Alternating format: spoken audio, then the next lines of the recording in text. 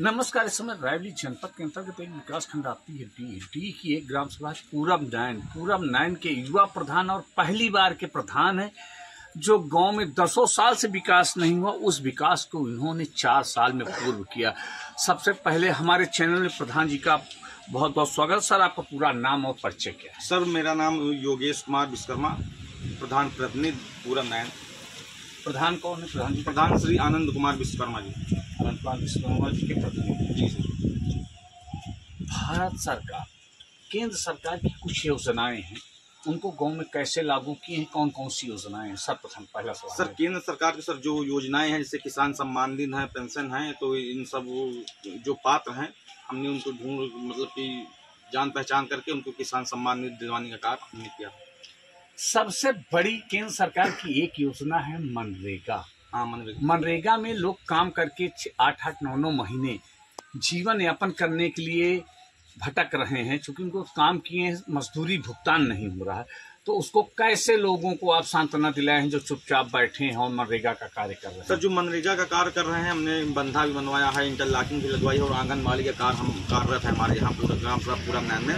तो इसमें जो सबसे बड़ी समस्या मजदूरों की ये है कि मजदूरी वाला, इसमें अगर समय से मजदूरी नहीं मिल पाती है लेबरों को, तो वो काम करने में थोड़ा हट जाते हैं। लेकिन सरकार से हमारी यही विनती है कि नरेगा के पेमेंट को जल्द से जल्द किया जाए, जिससे लोगों की जो समस्याएं हैं, अपना खर्चा जीवन यापन जो करने के लिए जो आदमी खाली रहते हैं, अपना नरेगा काम करते हैं, उनको पैसा समय से मिल पाए। डबल इंजन की सरकार है, डबल इंजन की सरकार है। भाजपा का विधायक है जी, भाजपा का विधायक, भाजपा के विधायक अशोक। हाँ, भाजपा का विधायक है।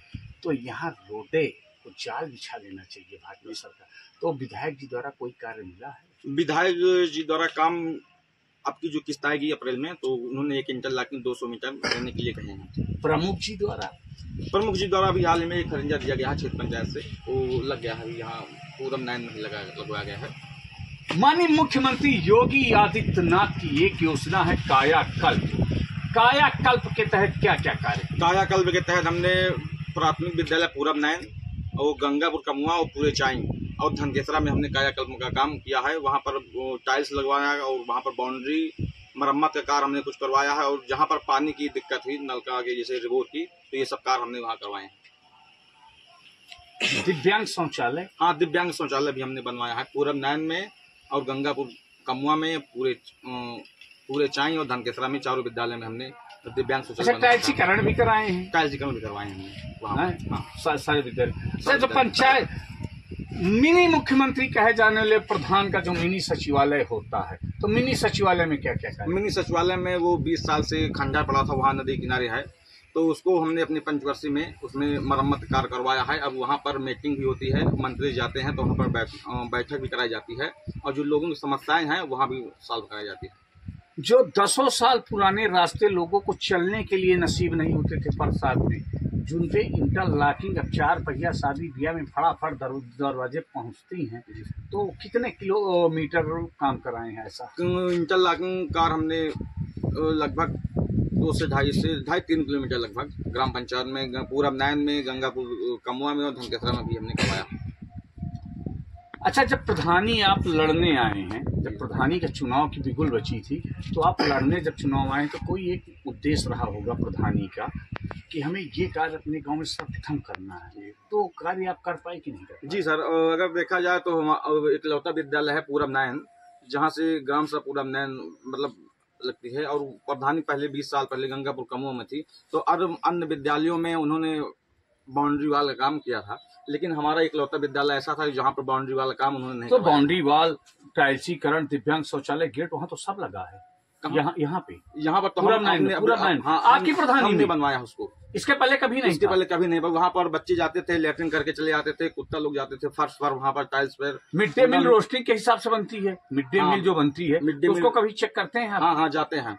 हाँ, सही रहती है? नहीं, सही बनाया था खाना, उसमें बच्चों को जो है पहले से काफी बदलाव है। काफी बदलाव किया। अच्छा, भाजपा सरकार को 8 साल हो गए, पहले की सरकार में, आपकी सरकार में क्या बदलाव आपको दिख रहा है? बदलाव सर यही है, जैसे किसान सम्मान निधि दी जा रही है, गरीबों को पेंशन दिया जा रहा है, राशन भी दिया जा रहा है लोगों को बराबर, पूरा जितना नाप तोल के आता है पूरा राशन। उज्ज्वला गैस के बारे में नहीं पता? उज्ज्वला गैस कुछ लोगों का ऑनलाइन करवाया गया था और उनको दिलवाया भी गया है। और आगे अच्छा, कार्रवाई। गाँव ओडीएस हो गया कि नहीं? ओडीएस हाँ फिर उसमें आया था मॉडल गाँव में। हाँ हाँ। हाँ मॉडल गाँव में हमने रिक्शा सरकार द्वारा जो रिक्शाएं मंगवाए गए हैं उसको भी हमने लाने का कार्य किया है। और उसमें और क्या बोलते हैं, कुर्सी। हाँ कुर्सी भी अच्छा, हमने कुर्सी डलवाई है। कितनी डलवाई गाँव में? कुर्सी हमने डलवाई है 16 ग्राम पंचायत में। 16 सब पुरों में। हाँ सब में सार्वजनिक जहाँ पर स्थलों पे। सार्वजनिक स्थान पर जहाँ दुकान है जहाँ मंदिर है। कोई एक ऐसा कार्य है बताइए जो आप प्रधानी सट के अपने गांव के परिवार के लोगों के लिए, आपका गांव परिवार है, आप मुखिया हैं, तो उसको किस हेडिंग, मान लीजिए कोई किसी समस्या में आ जाता तो उसको कैसे देखते हैं? अगर कोई समस्या में आ जाता, अगर हमारे पास आते हैं, जो हम जिस प्रकार से सक्षम हैं उस हर प्रकार से उनकी मदद करते हैं। जी जी। और कौन सा कार्य किए हैं आप जो समाज के लिए, समाज के हित में, ग्राम सभा के हित में? समाज के हित में यही है कि नाली खरिंजा इंटरलॉकिंग यही काम। नहीं, विकास तो बोल रहा है, विकास बोल रहा है, चुनाव फिर आ रहा है, तो अगला चुनाव किस मुद्दे पे, विकास के मुद्दे पे लड़ेंगे कि या कोई दूसरे मुद्दे पे? विकास का मुद्दा भी रहेगा और जो समस्याएं हैं नाली खरिंजा इनको, नाली खरिंजा तो अब खत्म हो रहा है, क्योंकि आप इंटरलॉकिंग काफी लगा चुके हैं, अभी 6 महीने बच्चे काफी कुछ कार्य करेंगे। अच्छा, यहाँ बारात घर है कि नहीं? बारात घर तो फिलहाल नहीं है। बारात घर नहीं, बारात घर के लिए कहीं मांग किए हैं आप? नहीं, बारात घर के लिए मांग रहा है। नवीन पड़ती है, नवीन पड़ती। लेकिन यहाँ पे एक सबसे बड़ा मुद्दा मुझे मिला है अतिक्रमण का। जमीन पे सरकारी अतिक्रमण है, कुछ दबू माफिया दबंग लोग किसी के अतिक्रमण किए हैं, तो इसकी शासन में कहीं मांग किए हैं अतिक्रमण मुक्त कराने के लिए?